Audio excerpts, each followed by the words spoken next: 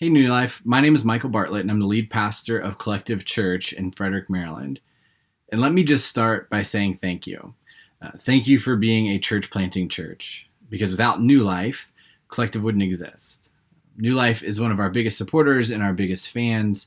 Many of you have come up to serve on a Sunday morning or to serve with us at our events, as well as New Life is one of the biggest financial contributors to Collective, and we couldn't do what we're doing without churches like yours. And so if you've ever given to New Life, or if you've ever served at New Life, or if you've ever served up at Collective, we're just so thankful that you care about our community as well as yours. I wanted to share with you all something that we've been wrestling with at Collective over the past few weeks, ever since the pandemic hit. We just found out recently that we can't be in our school until the end of April. And of course, we've heard rumors that that could extend through the spring and into the summer. Much like what you guys are experiencing right now, we're completely online. And so we've been trying to figure out, how do we continue to care for our city? How do we continue to be a community? What do we continue to do when we can't really be around each other? We're in a series right now on relationships, and this is one of the things that we read a few weeks ago as we talked about how to invest and dig into the relationships that we have. And it comes from 1 Peter 4:10.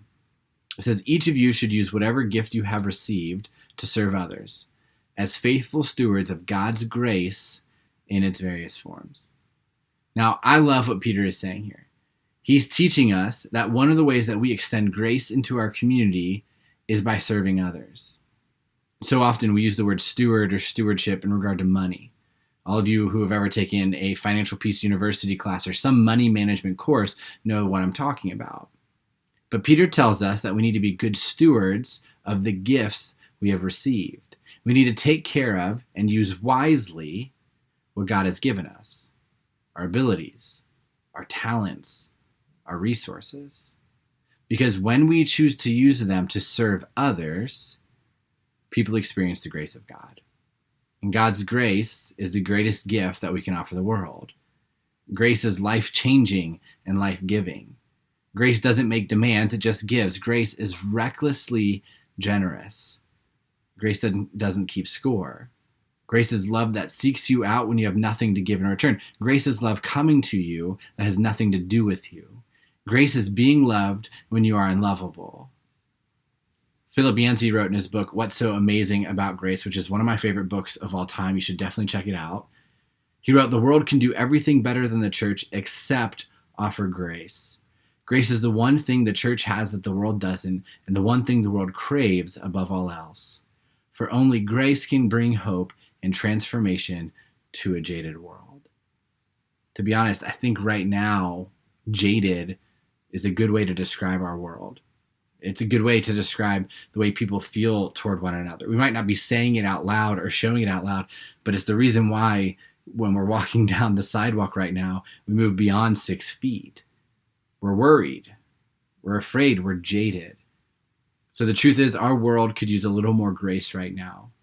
And Peter says that one of the ways that we bring that grace into our lives and into our relationships and into our neighborhoods is by serving others. Now, typically, when we talk about this in church, this is where we talk about joining a team on a Sunday morning or joining one of our serving events that we have coming up. I know that's the way that we do it because right now it just looks different. So how do we serve people right now? How do we show people the grace of God right now? Here are a few examples from people that go to Collective.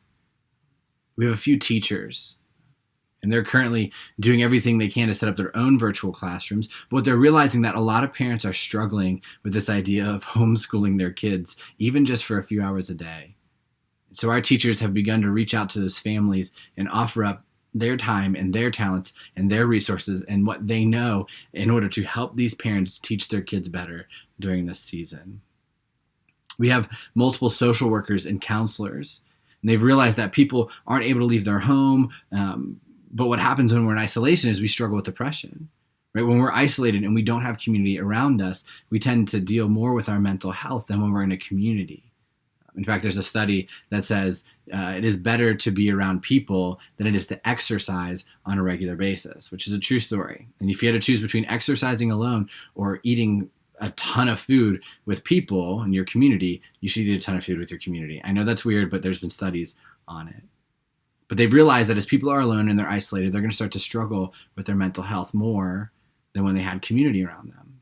And so our counselors and our social workers are setting up ways for people to call them online or dial in online or FaceTime them, Zoom, or even just text them during the day so that they can talk to somebody when they can't leave their house. We have people offering up their homes for free daycare to parents who are forced to work right now. And this would feel small under normal circumstances, but I've watched as people have posted on Facebook about grocery needs and others have gone out of their way while shopping to pick things up for their friends and their neighbors. This is how we show God's grace to our community.